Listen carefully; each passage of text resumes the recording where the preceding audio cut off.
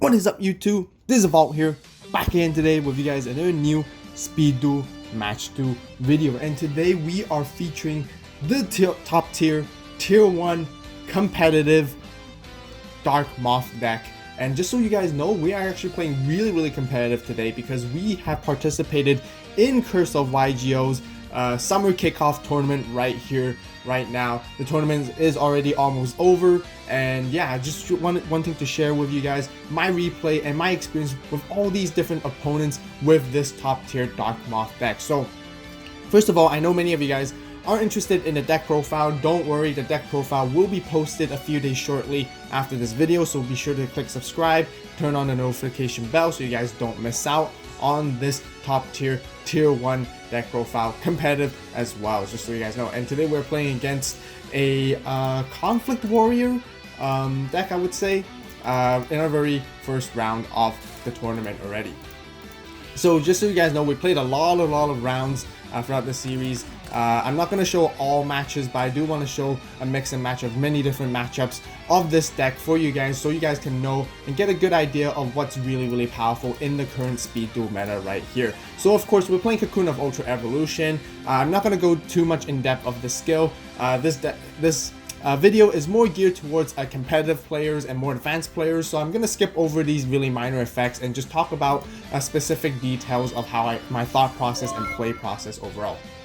We won the stone, paper, scissors. We obviously want to go second, and right here they sum out their gear freed and with a back row already. We're really fine with that because right here immediately, right off the bat, we're gonna Night Beam and pop away their back row, so we're not worried about it at all. We also have a Lure of Darkness. We're gonna be playing that, allowing us to get that draw power, which is really powerful. Sphere Kuriboh is a great target, but also a great hand trap as well, despite all the back row removal cards that people are playing as well.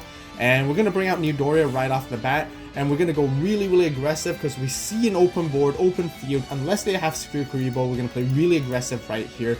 We can't use Parasite on their gear freed simply because we can't equip to it, which will destroy Parasite, nullifying its effect. So we're going to bring out Dark Moth, not Dark Moth, but like Great Moth right here, right off the bat. We go really aggressive, full on with our skill. Second part as well, shuffling back our Parasite. We really want that extra card and draw into it. Zoma, great. We got lots of good back rolls for backup plans. Immediately first turn, in our first turn, we bring out such a strong monster, dealing massive damage to the opponent and leaving them with an empty field right off the bat and only 3 cards to play with.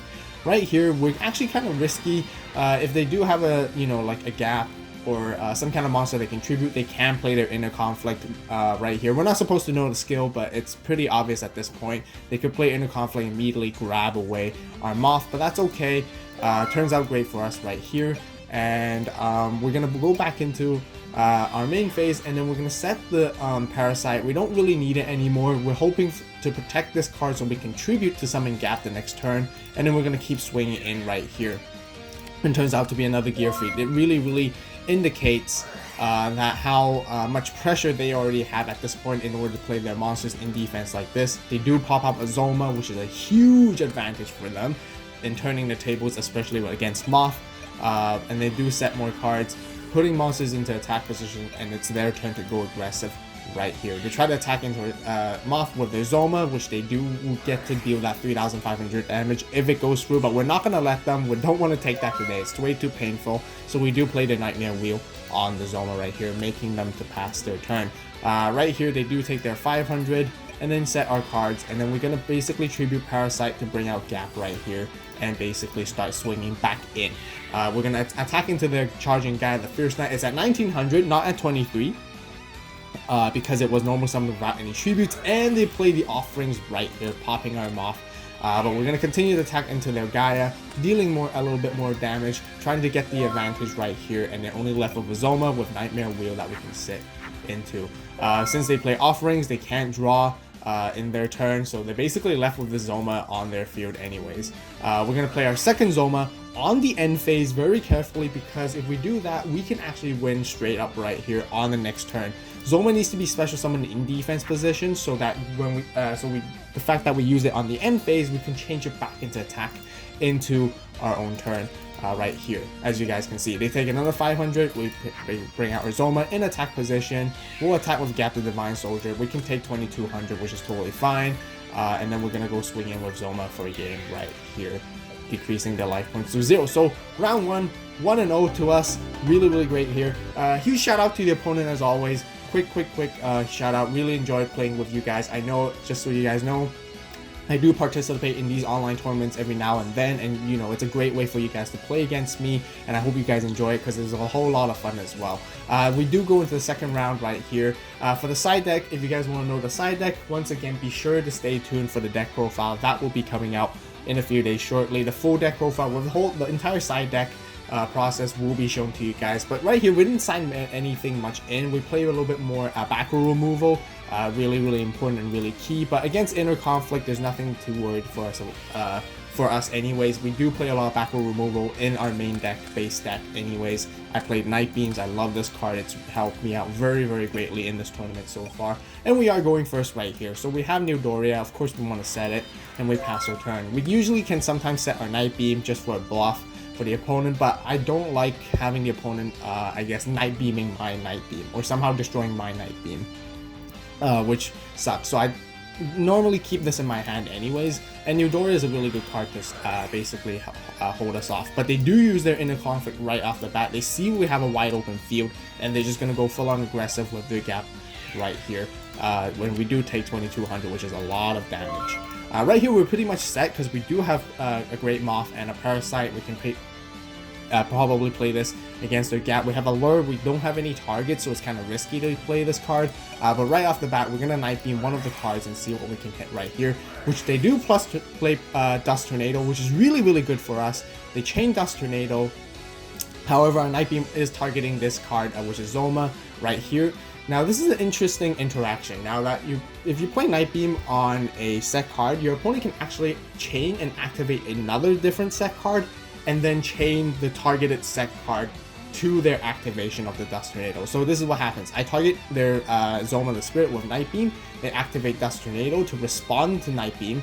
Night Beam only prevents this particular card from responding to the activation of Night Beam. However, now what they're going to do next is they can activate their Zoma, chaining their Dust Tornado, which basically bypasses that Night Beam and forcing them to use it, which this is actually really cool, really good play on their end, but it works out very well for us overall, because now we confirm that they have no back row removal cards at this point.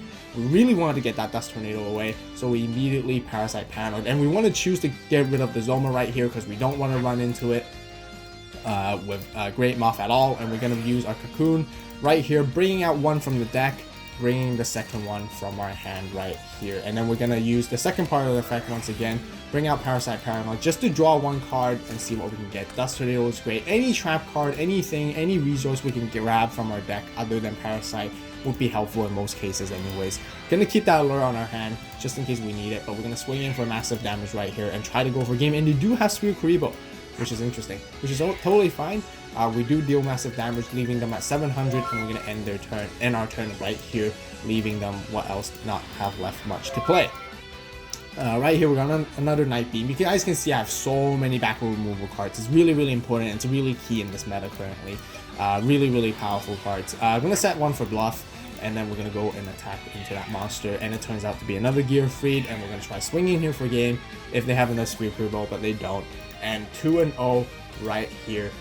We win the very first round. So this is Dark Moth, guys. This is Dark Moth. It's extremely powerful, extremely consistent. I really like this deck, but really interested to see what you guys think as well in the comment section down below. I know some of you guys already know this deck, you know, from the previous few tournaments that you guys have participated, but this is also really interesting. This is my personal build, a little bit of a twist, a little bit different. We do play Alert, but we also play a lot of back row removal cards overall. So yeah, this is our first round of a competitive tournament against a Inner Conflict Warrior deck right here, 2-0. And if you guys enjoyed it, be sure to hit the like button. Be sure to comment down below what you guys think. Any feedback, any cards you guys would suggest to add, totally open for discussion, and I would greatly appreciate it. Once again, don't worry guys, deck profile will be posted a few days shortly, so be sure to hit that like button and subscribe. Tell your friends and family who love speed duels as much to check out this duel right here. You guys can learn and see the process, how it's like for me to play this competitive deck against many other competitive players inside the tournament realm, which is really fun. So once again, huge shout out to Jimin. which is our opponent for today right here, and you know, really well played, and they tried really hard. But I gotta say, Dark Moth is just very powerful at the moment overall. So anyways, thank you guys so much for watching. As always, you guys have a great day, great night, wherever you are. Stay tuned for the next video, and this is AVAULT signing